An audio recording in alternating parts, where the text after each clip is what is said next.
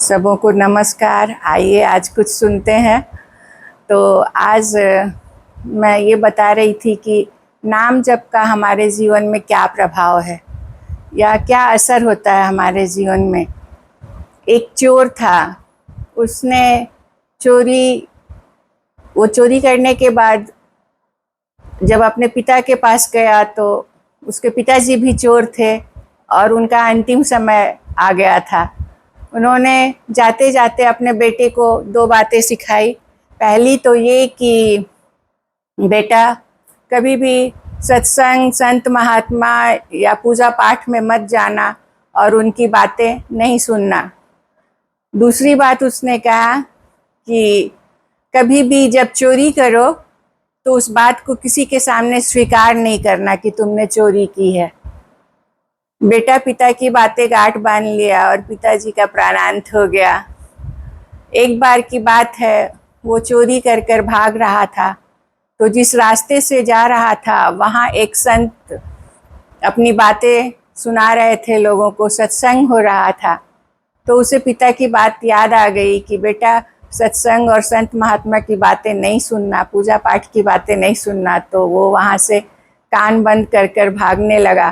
फिर भी कुछ बातें, कुछ शब्द उसके कान में चले गए। वो सब थे कि देवी देवता के परछाई नहीं होती है। उसे वो बात सुनाई दे दी। फिर जब चोरी करने के बाद वो भागा तो उस राज्य के जो राजा थे और सेनापति उसे खोजने लगे और वो पकड़ा गया।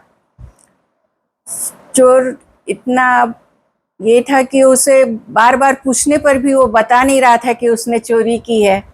फिर राजा और सेनापति परेशान हो गए। फिर उन्हें एक उपाय सूझी कि चलो इसे ले चलते हैं एक जगह और वहाँ देवी के रूप में एक स्त्री को लाएंगे जिसे देखकर ये डर जाएगा और अपना सच स्वीकार कर लेगा। एक स्त्री देवी का रूप धरकर उसके सामने आई और उसने कहा, बच्चे तू झूठ क्यों बोलता है? तुमने चोरी की है, तुम चोरी स्वीकार कर लो। उसकी बात सुनकर चोर घबरा गया। देवी जी को सामने देखकर खुश हुआ, लेकिन वो सच कहता इससे पहले ही उसने देखा कि उस स्त्री की परछाई बनी हुई है और उसे वो संत महात्मा की बात याद आ गई कि देवी देवता के परछाई नहीं होती है। और वो समझ गया कि ये झूठी देवी बनकर आई है मेरे सामने, मेरा सच उगलवाना चाहती है। उसने कहा, नहीं माता, मैंने चोरी नहीं की है, अगर चोरी करता तो ज़रूर बता देता। अब जो सेनापति और सेना के लोग सुन रहे थे, उन्हें समझ आ गया कि अब इसने चोरी नहीं की है। उन्होंने कहा राजा जी से कि नहीं, ये तो अपनी चोरी देवी माता के सामने भी नहीं स्वीकार किया, चल। और उसे राजा ने कहा, तब छोड़ दो, इसने चोरी नहीं की है। उसे इस बात से उस पर इतना चोर पर असर पड़ा, उसे लगा कि मैंने एक शब्द सुनी महात्मा की कि चोर देवी देवता के परछाई नहीं होती है, और मुझे इतना लाभ हुआ कि मैं चोरी में पकड़े जाने से बच गया। तो अगर सब कुछ सुनो तो कितना फ़ायदा होगा। वो संत महात्मा के पास गया, अपनी आप बीती सुनाई और उस दिन से उसने चोरी छोड़ दी और सत्संग करने लगा, संतों के साथ समय बिताने लगा और उसके आगे का जीवन उसका बहुत शांतिपूर्ण बीता।